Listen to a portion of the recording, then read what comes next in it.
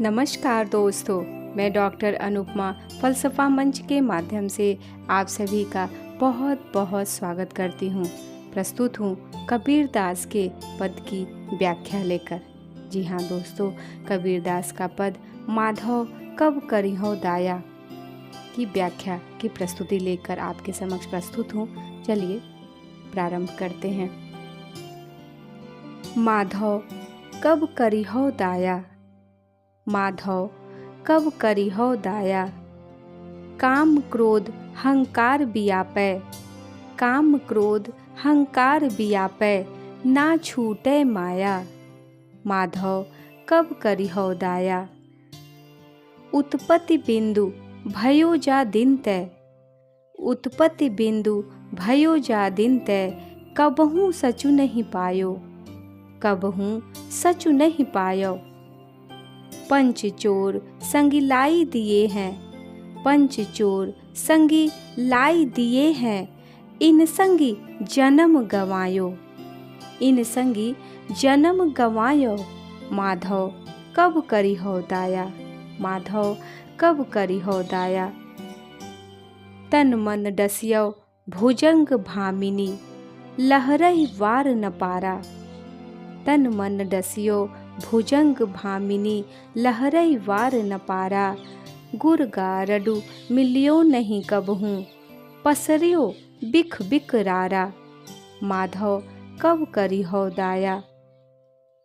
कहे कबीर दुख कासो कहिए, कहे कबीर दुख कासो कहिए, कोई दर्द न जाने, देहु दीदार बीकार दूरी करी, देहु दीदार बिकार दूरी करी, तब मेरा मन माने।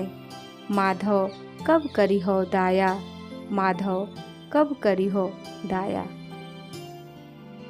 प्रस्तुत पंक्तियों में कबीरदास जी ईश्वर से प्रार्थना करते हैं और अपने सभी विकारों को समाप्त करने का आग्रह करते हैं। चलिए पंक्तियों का आशय समझते हैं।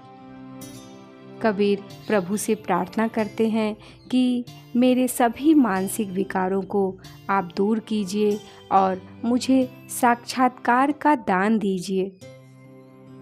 वो कहते हैं, हे प्रभु, आप दर्शन देने की कृपा कब करेंगे। मैं तो काम, क्रोध और अहंकार से ग्रस्त हूँ और माया मुझसे छूटती ही नहीं है। मैं जिस दिन से पिता के वीर्य से पैदा हुआ, अर्थात जन्म से मुझे सच्चा सुख मिला ही नहीं। जन्म से ही ये जो 5 चोर हैं, अर्थात काम, क्रोध, लोभ, मोह, मात्सर्य, मेरे साथ लगे हुए हैं, मेरा पीछा ही नहीं छोड़ते। मेरा सारा जीवन इनके साहचर्य में नष्ट हो गया है। कामिनी रूपी सर्पिणी ने मेरे शरीर और मन को इस प्रकार डस लिया है कि उसके विष के प्रभाव से झोंकों का कोई अंत प्रतीत ही नहीं होता। मुझे ऐसा कोई गुरु रूपी गारुड़ नहीं मिला जो मुझे उसके विष से मुक्त कर सके। वह भयंकर विष सारे शरीर में व्याप्त हो गया है। पुनः कबीर कहते हैं कि मैं अपना यह दुख किससे कहूँ, किससे जाकर अपना दुख सुनाऊं। मेरी इस आध्यात्मिक पीड़ा के मर्म को कोई नहीं समझ सकता।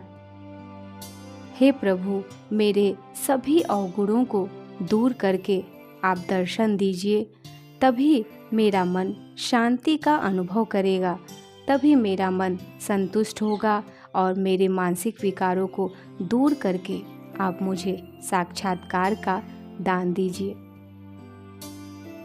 पद का आशय यह है कि मनुष्य काम, क्रोध, मोह, लोभ आदि के वशीभूत होकर अपने विकारों को, अपने मानसिक विकारों को दूषित करता रहता है और जैसे ही उसको इसका भान होता है, वह सचेत हो जाता है और ईश्वर से पुकारने लगता है कि कब ये विकार मेरे मन से दूर होंगे और कब आपकी भक्ति मुझे मिलेगी और कब मुझे आपके दर्शन होंगे, कब मुझे आपका साक्षात्कार होगा।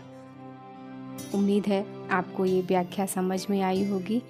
मिलती हूँ बहुत जल्द। आप सभी को नमस्कार।